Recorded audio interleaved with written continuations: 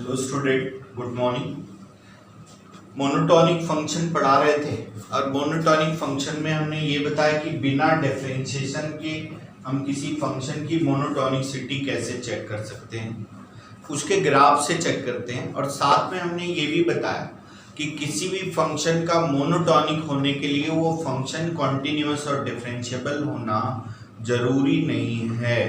वो function continuous नहीं भी हो, डिफरेंशिएबल भी नहीं हो, तब भी उस फंक्शन की मोनोटॉनिसिटी हम चेक कर सकते हैं, ये बताया। अब ये बात दूसरी हमने क्या बताई कि कोई भी फंक्शन मोनोटॉनिक तब होता है जब या तो इंक्रीज करे या तो डिक्रीज करे अपने डोमेन पे, तो वो फंक्शन जो है मोनोटॉनिक होता है। डोमेन रेंज निकालना हमने आपको पहले ही बता दिया है। तो कोई भी फंक्शन इंक्रीज करे या डिक्रीज करे तो वो मोनोटॉनिक होता है, केवल इंक्रीज करे।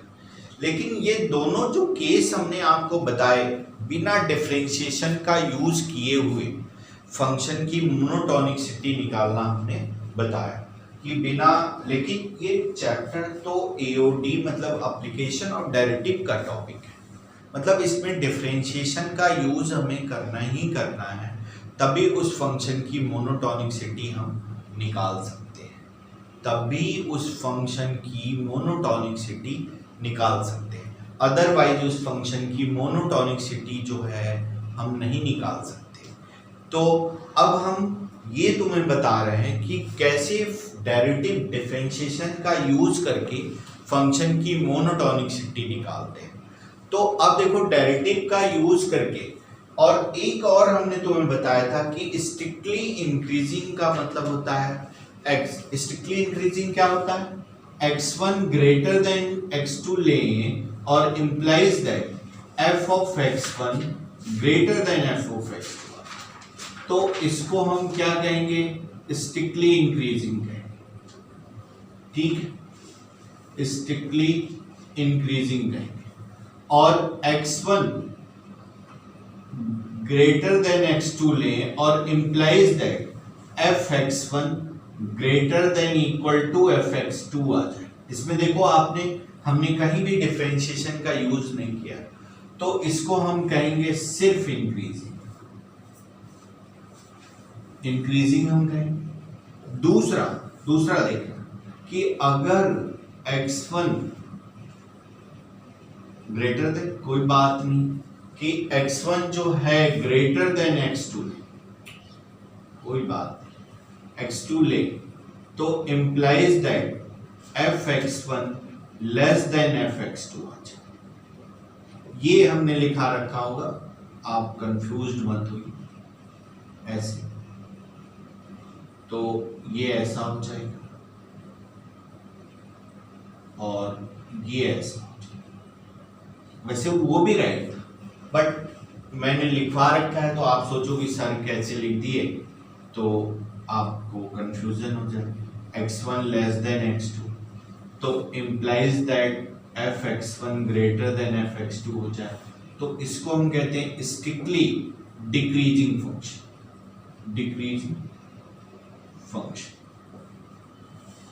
x1 less than x2 implies that f(x1) greater than equal to f(x2) तो ये डिक्रीज।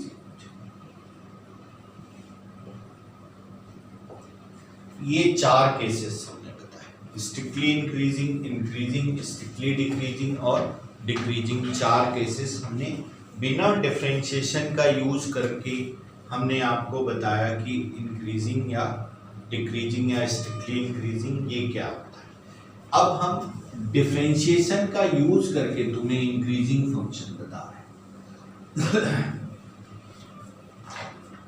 अब ऐसे हेडिंग डालो, use of differentiation, use of derivative या differentiation, derivative, use of derivative. तो यूज ऑफ डेरिवेटिव की अगर हम बात करें तो ये देख कि ये फंक्शन है y is equal to f of x, ये स्ट्रिक्टली इंक्रीजिंग। इसको बिना डिफरेंशिएशन से इंक्रीजिंग या डिक्रीजिंग हमने बता रखा है। अब इसको डिफरेंशिएशन देखो, dy बाई dx का मतलब होता है टेन थीटा, और टेन थीटा का मतलब होता है एक्स एक्सिस से जो एंगल बनाती है वो लाइन, उसका टेन स्लोप कहलाता है, और वही dy बाई dx। तो इसके ईच पॉइंट पे अगर हम टेंजेंट लाइन ड्रा करें बच्चे, ऐसे देखो आप, ईच पॉइंट पे हम टेंजेंट लाइन ड्रा कर रहे हैं, ये ड्रा कर रहे हैं एक्स एक्सिस से एंगल, तो एक्स एक्सिस से एंगल यानी टेन थीटा, और टेन थीटा क्या आ रहा है, ग्रेटर देन जीरो, यानी tan theta greater than zero. Tan theta क्या आ गया भाई, ग्रेटर देन। तो ये ईच पॉइंट पे कहीं भी टेंजेंट है ऐसे ले, तो एक्यूट एंगल किसी भी पॉइंट पे अगर हम लें तो वो क्या होगा, एक्यूट एंगल। कहीं भी हम लें तो वो क्या होगा, एक्यूट एंगल। तो एक्स एक्सिस से जो एंगल होगा वो एक्यूट एंगल होगा, यानी dy by dx greater than zero. ये क्या हो जाएगा, f dash x greater than zero, यानी dy बाई dx अगर ग्रेटर देन जीरो हो गया तो ये स्ट्रिक्टली इंक्रीजिंग। अब इंक्रीजिंग क्या होता है, ये देखो ये इंक्रीजिंग, तो ये देखो ऐसे। अब यहां पे जब आप टेंजेंट लोगे, यहां पे जब आप लाइन का टेंजेंट लो तो पैरेलल टू क्या हो जाएगा, एक्स एक्सिस यानी f dash x greater than zero, और इन किसी पॉइंट पे टेंजेंट लोगे, इस किसी पॉइंट, तो y इज इक्वल टू क्या है, एफ एक्स, यानी f dash x greater than equal to zero. तो ये स्ट्रिक्टली सॉरी ये इंक्रीजिंग, ये increasing, f dash x greater than equal to zero तो इंक्रीजिंग होगा, और f डैश x अगर ग्रेटर देन जीरो हो तो स्ट्रिक्टली इंक्रीजिंग।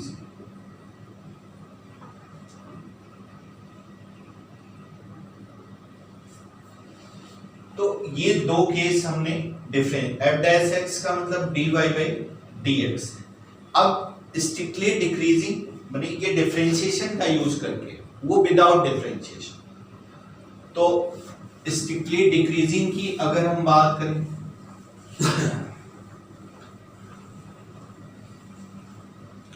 स्ट्रिक्टली डिक्रीजिंग और डिक्रीजिंग की बात करें, use of derivative, strictly decreasing की बात करें तो स्ट्रिक्टली डिक्रीजिंग, तो ये देखो ये फंक्शन है ये, और इसका अगर ये y equal to f of x function, इसका अगर हम x एक्सिस से टेंजेंट लाइन ड्रा करें तो ये एंगल थीटा, और ये क्या होगा, ऑब्ट्यूज होगा। ईच पॉइंट पे अगर कहीं भी हम ड्रा करें, ईच पॉइंट पे अगर कर्व ऑब्ट्यूज होता है, एंगल x एक्सिस से एंगल ऑब्ट्यूज होता है, तभी वो स्ट्रिक्टली डिक्रीजिंग बोला जाता है। तो टेन थीटा इस केस में क्या आ गया, tan theta less than zero. Tan theta less than zero का मतलब f dash x less than zero, ये तो tan theta he dy by dx होता है, और यही लेस देन जीरो। अगर ये ऐसा रहे, ऐसा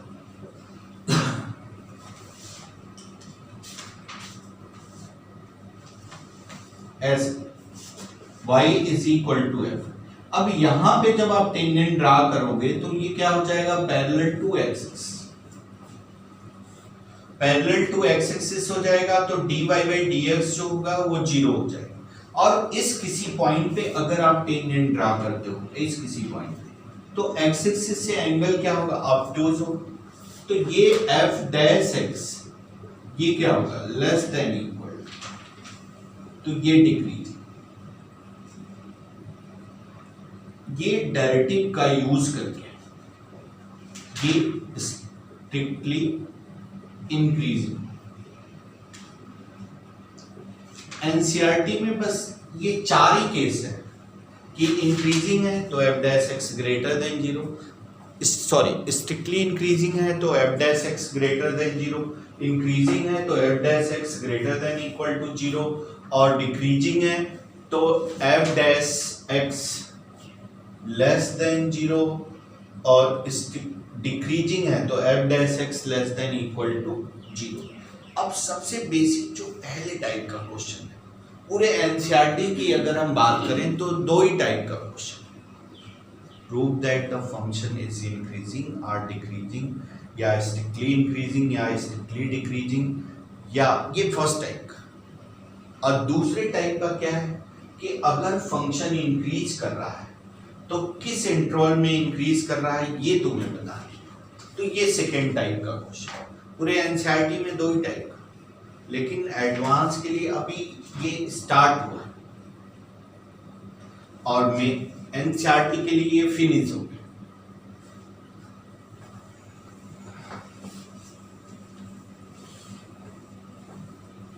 क्वेश्चन लिखो।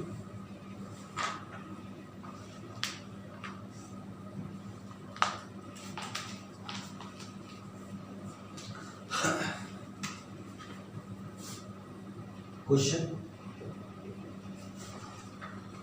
the function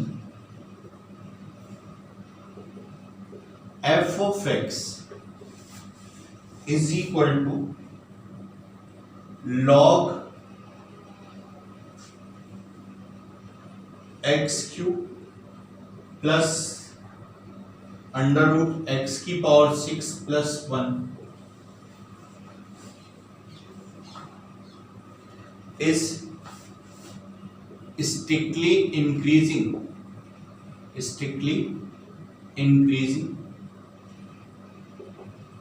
or strictly decreasing। ये फर्स्ट टाइप का क्वेश्चन, तुम्हें बताना है कि ये फंक्शन स्ट्रिक्टली इंक्रीजिंग है या डिक्रीजिंग है। तो सिंपल हम पहले ये सोचिए कि इसका डोमेन क्या है। तो ये देखो लॉग का फंक्शन है तो सिर्फ पॉजिटिव नंबर के लिए डिफाइन होगा, यानी इसका डोमेन जो होगा वो x ग्रेटर देन 0 होगा। क्लियर? क्योंकि डोमेन पे ही चेक करना होता है। तो अब देखो जरा इसको डिफरेंशिएट करें, f डैश x, ये देखो लॉग x का डिफरेंशिएशन क्या होगा 1/x, x cube plus x की पावर 6 प्लस, अंदर वाले का डिफरेंशिएशन करें, अंदर वाले का डिफरेंशिएशन करें तो x क्यूब का डिफरेंशिएशन क्या होगा भाई 3x, और इसका 1/2 x की पावर 6 प्लस 1 की पावर -12, और अंदर वाले का करें तो ये हो जाएगा 6x की पावर 5। क्लियर हो गया होगा? आपको डायरेक्टिव आता है ये, इसमें कोई दो राय नहीं।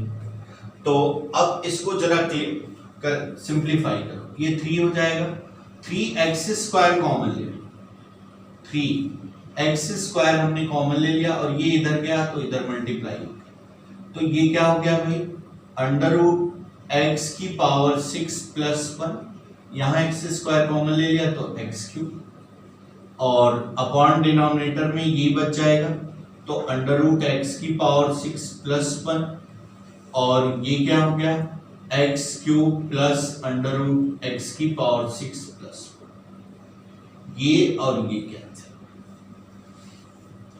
अब देखो ये और ये कैंसिल हो गया तो ये क्या हो गया 3x² अपॉन x की पावर 6 प्लस।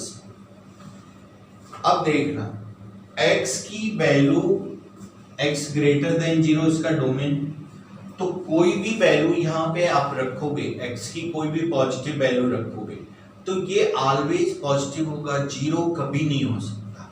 तो इसका क्या मतलब है भाई f dash x greater than 0, यानी ये फंक्शन क्या हो गया स्ट्रिक्टली इंक्रीजिंग हो गया। क्या हो गया strictly increasing. Clear?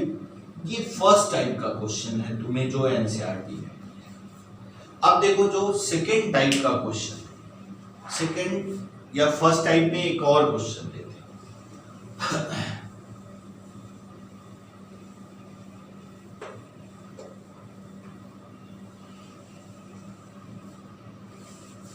Question, check the monotonicity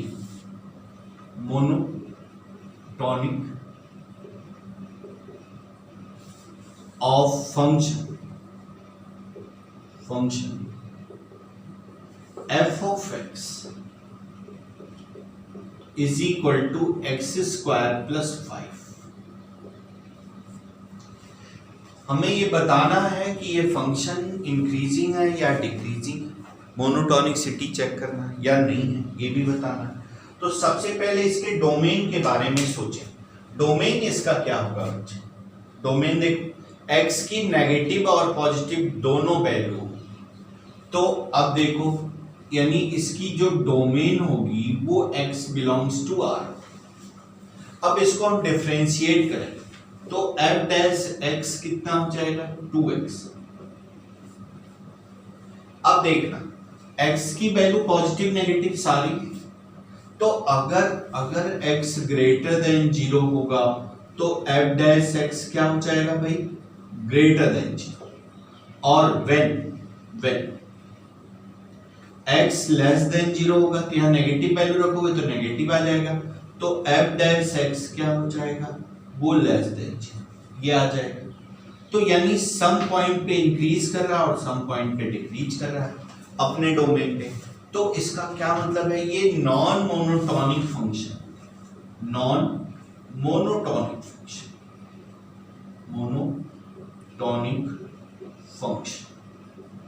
ये नॉन मोनोटोनिक फंक्शन।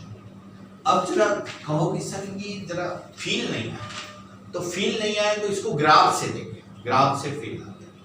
fx को हम क्या कहते हैं? y कहते हैं। तो ये देखो सेकेंड मेथड इसका देखें, बोर्ड के लिए ये वैलिड है, ऑब्जेक्टिव के लिए और बोर्ड के लिए दोनों वैलिड।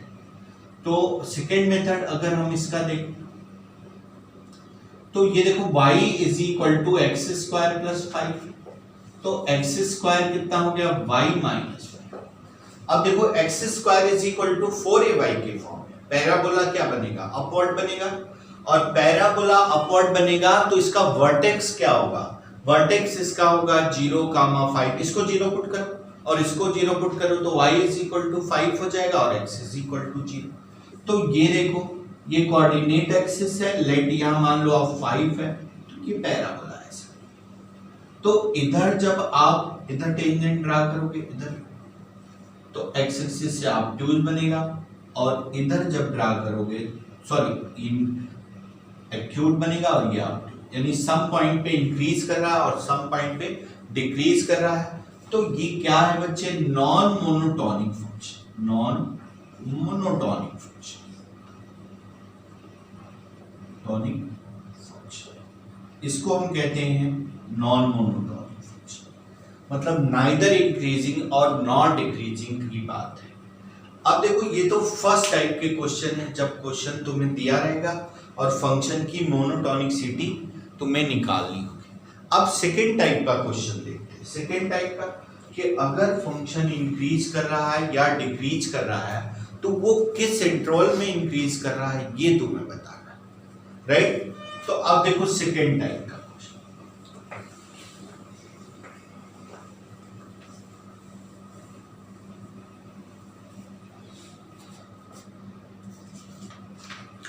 लिखो question,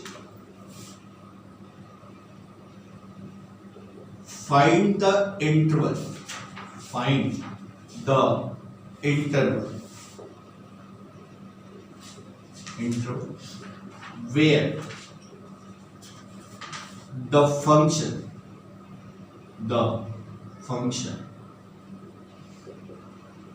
fx is equal to x की power 4 minus 8x cube plus 22 x square -24x plus 5. Find the interval where the function is increasing. पहला किस इंटरवल पे इंक्रीज कर रहा है, इंक्रीजिंग, और दूसरा डिक्रीज।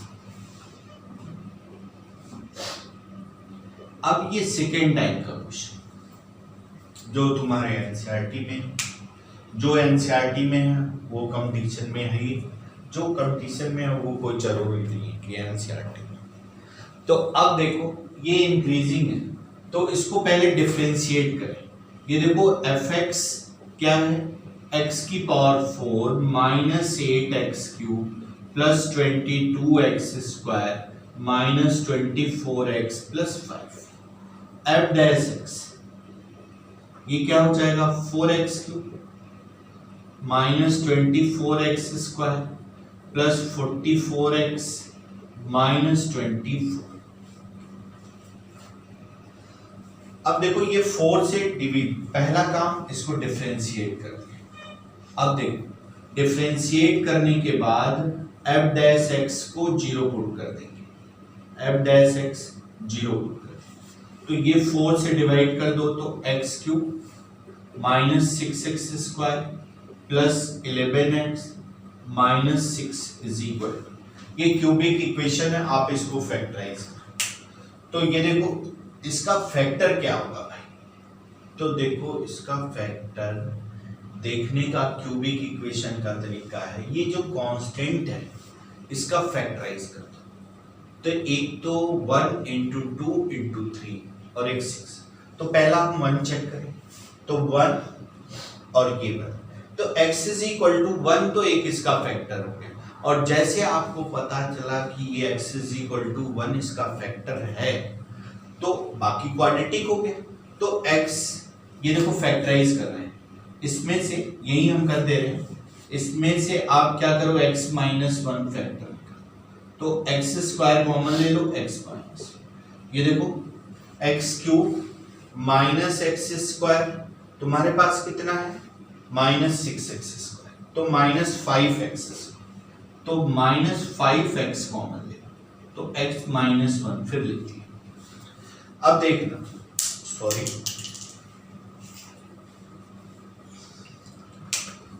ये x minus 1 x cube minus x square और ये माइनस 5x स्क्वायर, तो minus 6x square plus 5x, तो अपने पास कितना प्लस 11x, तो प्लस 6 हम कॉमन ले लें, तो ये हो गया x माइनस, तो एक फैक्टर तो इसका भाई हो गया x माइनस 1 और x square minus 5x plus 6 equal to 0।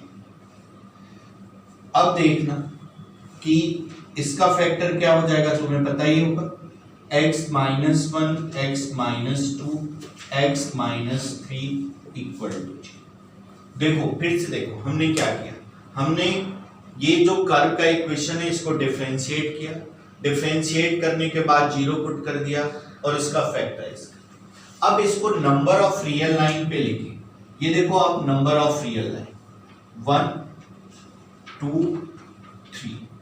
अब इंक्रीजिंग है तो एफ डैश एक्स क्या है ग्रेटर देन, अब इसका भी लो जाए, अगर बोर्ड में लिखा है इंक्रीजिंग तो ग्रेटर देन इक्वल टू 0, अगर कंपटीशन में लिखा है इंक्रीजिंग, कंपटीशन में स्ट्रिक्टली इंक्रीजिंग और इंक्रीजिंग कोई केस नहीं होता, सिर्फ इंक्रीजिंग, तो कंपटीशन में लिखा है तो इंटरवल देख के हम लगा देंगे। तो जैसे अगर ये बोर्ड का क्वेश्चन है तो इंक्रीजिंग है तो greater than equal to.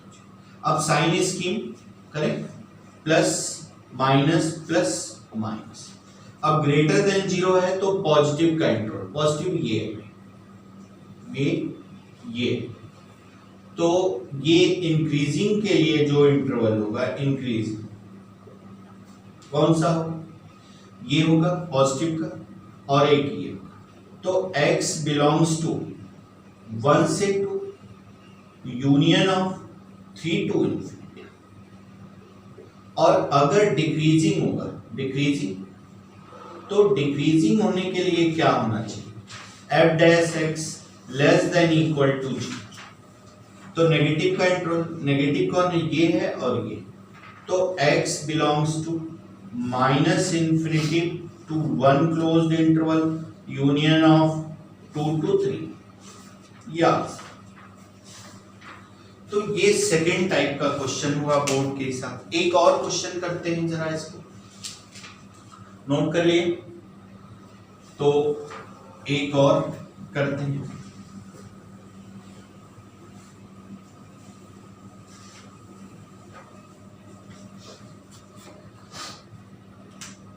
Question find the interval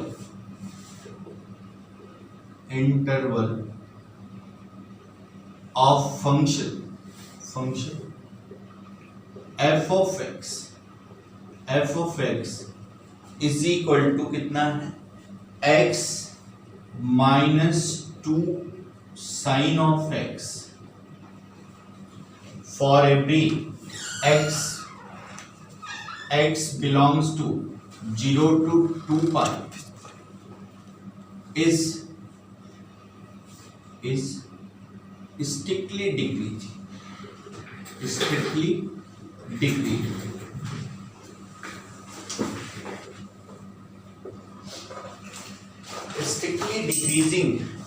तो हम इसको क्या करें भाई, एफ डैश एक्स क्या होना चाहिए, ग्रेटर देन जी।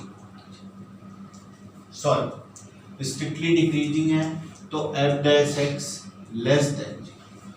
इसको डिफरेंशिएट करें तो ये देखो एफ एक्स का फंक्शन क्या दे रखा है, एक्स माइनस 2 साइन एक्स, और एफ डैश एक्स क्या दे रखा है, 1 माइनस 2 कॉस एक्स।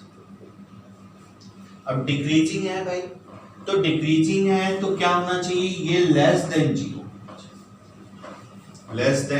जीरो होना चाहिए। तो ये देखो इसको उधर ले जाओ तो cos x greater then 1/2, cos x minus से मल्टीप्लाई कर दो, माइनस से अगर हम मल्टीप्लाई करें तो ये क्या हो जाएगा, minus cos x less than minus. अब देखो 0 से 2 पाई के इंटरवल में cos जो है कहां कहां नेगेटिव होता है, तो एक सेकेंड क्वाड्रेंट में नेगेटिव होता है और एक थर्ड क्वाड्रेंट में नेगेटिव होता है। फर्स्ट और फोर्थ में cos जो है पॉजिटिव होता है। तो ये देखो नेगेटिव है तो इसको अपन क्या लिख सकते हैं, cos पाई प्लस एक्स। क्यों लिखेंगे भाई, cos 180 प्लस थीटा जो होता है वो माइनस cos थीटा होता है। तो -1/2 हमें सिर्फ सेकेंड क्वाड्रेंट में देखना है, 0 से 2 पाई।